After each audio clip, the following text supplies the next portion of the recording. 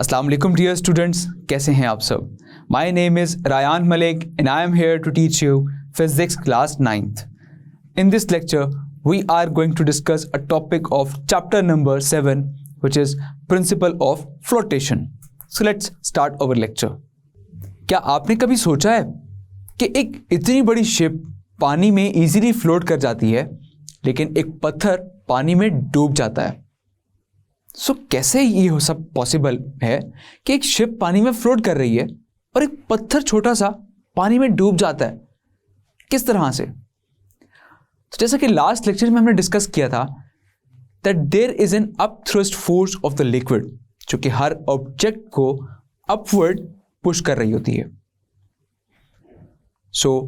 हम जिस भी ऑब्जेक्ट को पानी में इमर्स करते हैं, वो ऑब्जेक्ट जितना भी पानी का वॉल्यूम डिस्प्लेस करता है, अगर हम उस वॉल्यूम का वेट मेजर करें, अगर तो वो वेट आपका अपथ्रस्ट फोर्स से ज्यादा होगा तो फिर वो ऑब्जेक्ट पानी में सिंक कर जाएगा, और अगर वो वेट अपथ्रस्ट फोर्स से कम या इक्वल होगा तो फिर वो ऑब्जेक्ट इजीली पानी पर फ्लोट कर जाएगा।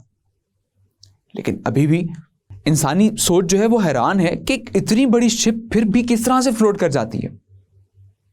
बेसिकली शिप्स हैं या जितने भी बोट्स हैं, तो वो बेसिकली इसी प्रिंसिपल ऑफ फ्लोटेशन पर डिज़ाइन की जाती हैं कि जिनकी अपथ्रस्ट फोर्स जो है वो ज़्यादा होती है as compare to the weight of the object.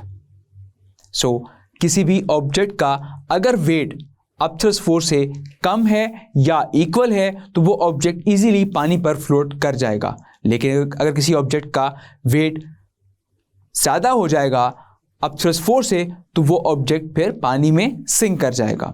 जैसा कि अगर हमने एग्जांपल डिस्कस की थी स्टोन की, तो स्टोन पानी में जितना भी वॉल्यूम ऑफ लिक्विड को डिस्प्लेस करेगा, अगर आप उस वॉल्यूम ऑफ लिक्विड के वेट को मेजर करें तो वो वेट कम होगा as compare to the weight of the stone. तो अपथ्रस्ट फोर्स कम हो गई और स्टोन का वेट ज़्यादा हो गया तो फिर वो स्टोन इजीली पानी में सिंक कर जाता है। What is principal of flotation? A floating object displaces a fluid having weight equal to the weight of the object.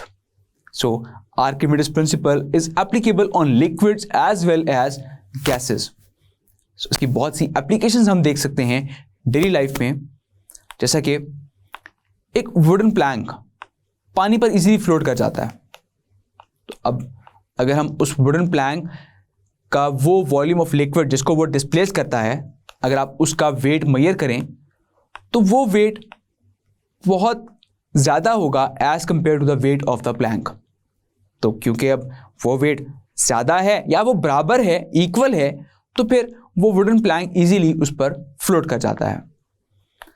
अब यहाँ पर फिर एक सवाल ये भी आता है कि बहुत से ऑब्जेक्ट्स जो हैं वो टोटली इमर्स्ड होते हैं और कुछ ऑब्जेक्ट्स जो हैं वो पार्शली इमर्स्ड होते हैं। तो फिर क्या इन पर अपथ्रस्ट फोर्स किस तरह से एक्ट करती है? Remember one thing, upthrust force हमेशा उतनी एक्ट करती है जितना एक ऑब्जेक्ट वॉल्यूम ऑफ लिक्विड को डिस्प्लेस करता है, whether it is totally immersed और whether it is partially immersed. तो जितना वॉल्यूम ऑफ लिक्विड वहां पर डिस्प्लेस होगा उतनी वहां पर अपथ्रस्ट फोर्स एक्ट करेगी।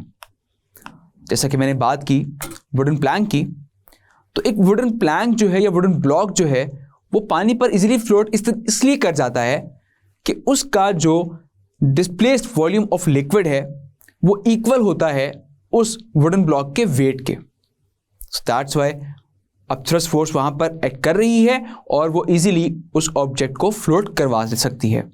सिमिलरली हमारी जो बोट्स हैं, शिप्स हैं, ये भी सब इसी प्रिंसिपल पर डिज़ाइन की जाती हैं कि ताकि ये इजीली पानी पर फ्लोट कर सकें।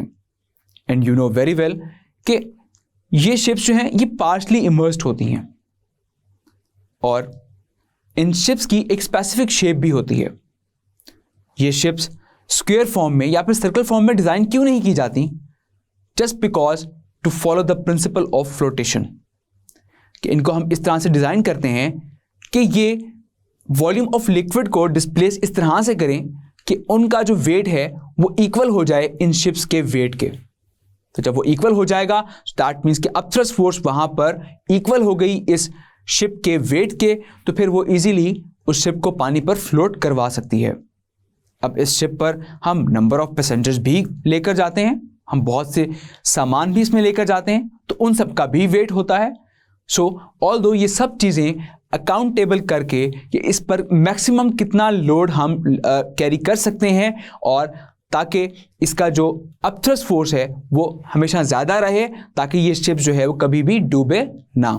अगर आपका लोड जो है वो ज़्यादा हो जाएगा शिप पर, सो खुदा न खास्ता वहाँ पर शिप के डूबने के चांसेस भी बढ़ जाते हैं, बिकॉज वहाँ पर अपथ्रस्ट फोर्स कम हो जाती है और शिप जो है वो किसी भी वक्त डूब सकती है। सिमिलरली सबमरीन्स जो हैं, सबमरीन्स पानी पर भी ट्रैवल करती हैं और वो पानी के अंडर भी ट्रैवल करती हैं। सो अब ये किस तरह से होता है कि वो पानी पर भी फ्लोट कर रही हैं, तो क्या उनमें तब अपथ्रस्ट फोर्स एक्ट कर रही थी, क्या पानी के अंदर उनमें अपथ्रस्ट फोर्स एक्ट नहीं कर रही होगी? ऑफ कोर्स उनमें एक्ट कर रही होगी। सो बेसिकली सबमरीन जो है ये कंसिस्ट करती है टैंक्स पर।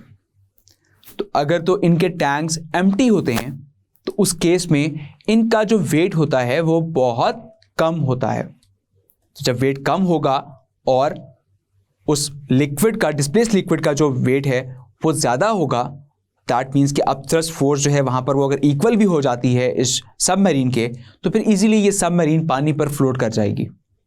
लेकिन जैसे ही इसने पानी के अंदर जाना हो तो ये अपने टैंक्स को फिल कर लेती है उसी समंदर के पानी से। तो जैसे ही ये वहाँ से टैंक्स को फिल करती है तो फिर इसका वेट बढ़ जाता है as compare to the upthrust force of the liquid. तो जैसे ही इसका वेट बढ़ जाता है तो ये पानी के अंदर को चली जाती है और फिर ये पानी के अंदर ट्रैवल करती है।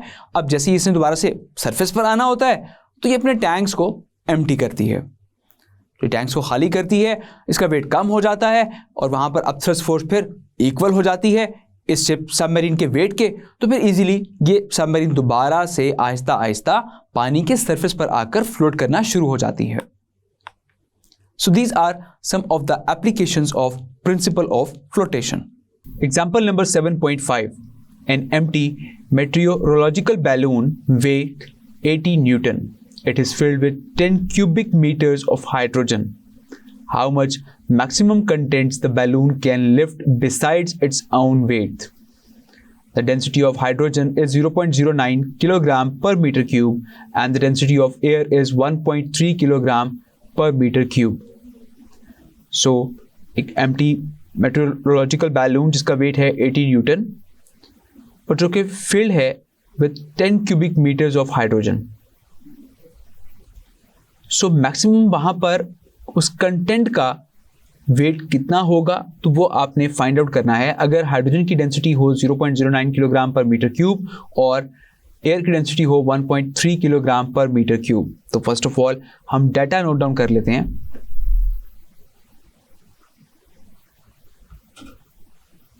सो डाटा के अकॉर्डिंग आपको वेट ऑफ बैलून गिवन है यहाँ पर W which is equals to 80 newton और आपको हाइड्रोजन का वॉल्यूम भी गिवन है V which is 10 cubic metre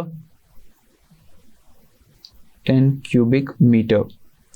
इस तरह से आपको हाइड्रोजन की डेंसिटी भी बता दी गई है जिसको मैं रो 1 से रिप्रेजेंट कर रहा हूँ यहाँ पर 0.09 किलोग्राम पर मीटर क्यूब। इसी तरह से आपको एयर की भी डेंसिटी बता दी गई है which is rho 2 and that is equals to 1.3 kilogram per metre cube and you have to find the weight of the content, so W2, which we have to find as W1 is the weight of hydrogen. So this is the quantity which we have to find. So we know that upthrust force, which is the weight of air displaces, upthrust force जिसको हम यहाँ पर F से represent कर रहे हैं and that is equal to the weight of air displaced, and that is equals to rho 2 Vg.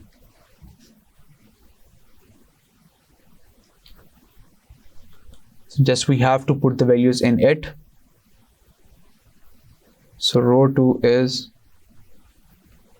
1.3 kilogram per meter cube into volume is 10 cubic metre और g की वैल्यू होती है 10 मीटर पर second square.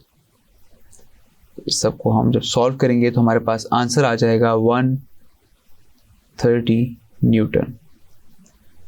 So this is the force F. Now the weight of hydrogen, which is W1, and that is equals to rho 1 Vg, because यहाँ पर हम density hydrogen की use करेंगे and rho 1 is 0.09 kilogram per metre cube into volume is 10 cubic metre into G की value है 10। तो इस सबको मल्टीप्लाई करेंगे तो हमारे पास इसका आंसर आ जाएगा 9 Newton. So now total weight lifted, total weight lifted, that is equals to W plus W1 plus W2. So total weight जो है balloon का should not exceed than force F. So we can say that F is equals to W plus W1 plus W2. Just we have to put the values in it. So force F is basically 130 Newton जो कि आपने अभी find की। Wait W आपको given है 80 Newton, W1 आपने find कर लिया which is 9 Newton plus W2 which we have to calculate.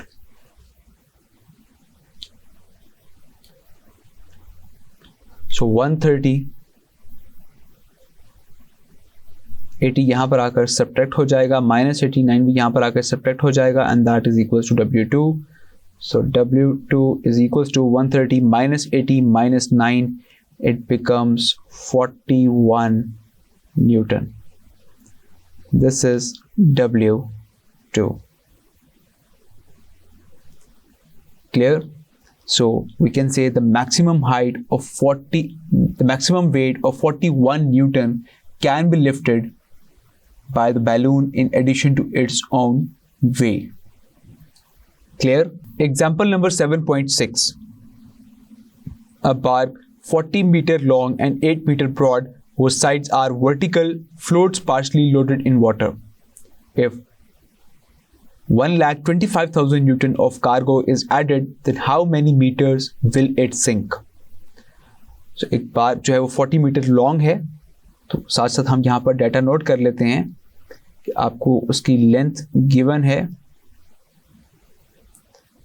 Length which is 40 metre और आपको उसकी विड्थ गिवन है विच इज 8 मीटर और आपको वेट गिवन है जो कि ऐड किया गया है which is 1,25,000 Newton. So how many meter will it sink? तो वो कितना सिंक कर जाएगा, that means the depth. तो ये आपने कैलकुलेट करनी है which is h, that is equal to question mark. This is the quantity which we have to find. Now write solution. So we know that area is equals to length into width. Yes, we have to put the values in it. 40 into width है 8, so 40 into 8 it becomes 320 meter square. This is area. Now we know that force F is equals to rho Vg. and we also know that F is equals to W. So we can say that W is equals to rho Vg.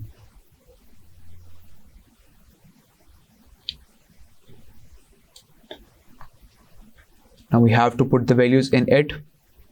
So W है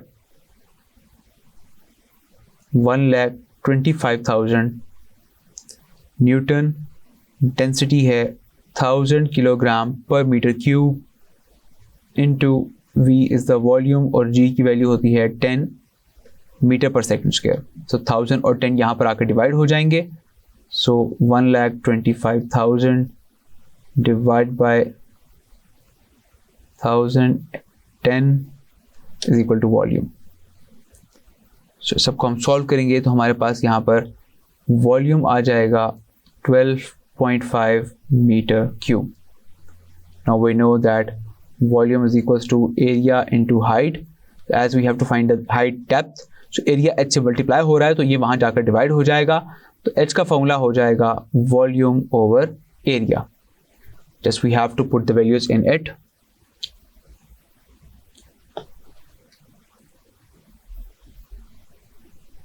So h is equals to volume है 12.5 metre cube और area है 320 metre square. तो सबको divide करेंगे तो हमारे पास answer आ जाएगा 0.04 मीटर. और फर्दर इसको आपने कन्वर्ट करना है सेंटीमीटर्स में. तो सेंटीमीटर्स में कन्वर्ट करने के लिए इसको हम 100 से मल्टीप्लाई कर देंगे. Now it becomes 4 centimetre. So the bar will sink 4 centimetre in water on adding 1,25,000 newton cargo. Clear? So this is basically the depth. Clear? I hope ये टॉपिक आपको बहुत अच्छे से समझ आ गया होगा. तो अपना बहुत सारा ख्याल रखिएगा. See you in the next lecture. Till then, take care. Allah Hafiz.